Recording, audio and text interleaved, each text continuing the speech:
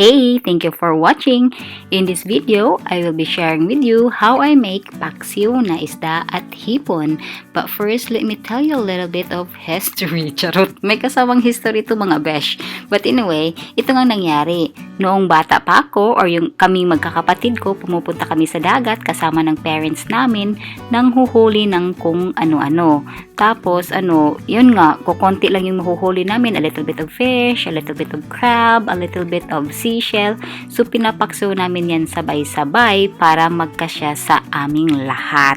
Kaya, ayan, kaya nangyari yung paksiw na isda at hipon.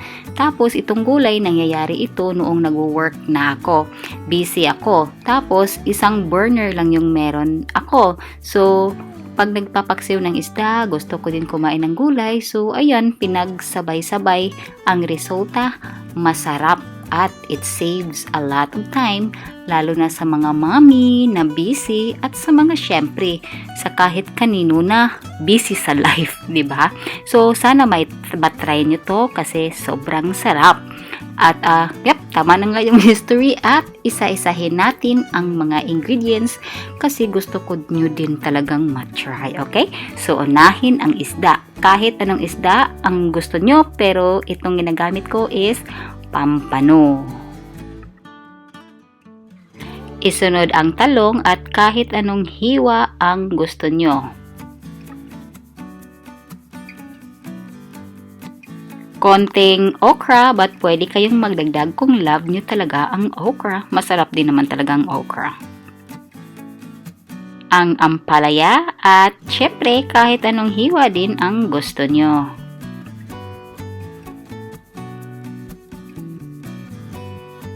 Isang siling haba, pero itong nilagay ko hindi siya maanghang.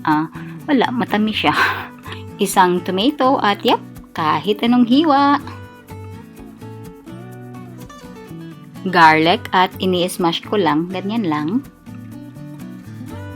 At maliliit na onion na hinihiwa ko. Yung onion na maliit nung nasa first seconds ng video ko habang nag-history lesson ako. So yan, green onion, asin, ground black pepper, konting patis, soy sauce, suka, coconut vinegar ang gamit ko, tubig, ang shrimp, divine siya,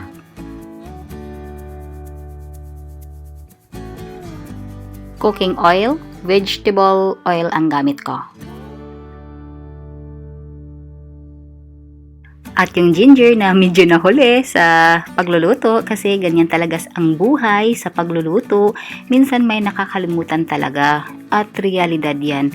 Pero carry pa din. Habol mo na lang. Masarap pa din kahit pahabol, diba? So anyway, ang complete list ng ingredients ay ilagay ko sa description box below. So ito, ready nang lutuin ang paksiw natin. So lutuin lang siya sa medium heat.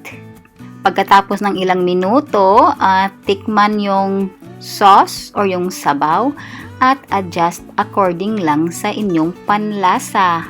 Bago natin patayin ang apoy. Kapag na-achieve na yung taste nyo or kung na-achieve nyo na yung gusto nyong taste, patayin na and it's ready to serve. Patayin na ang apoy.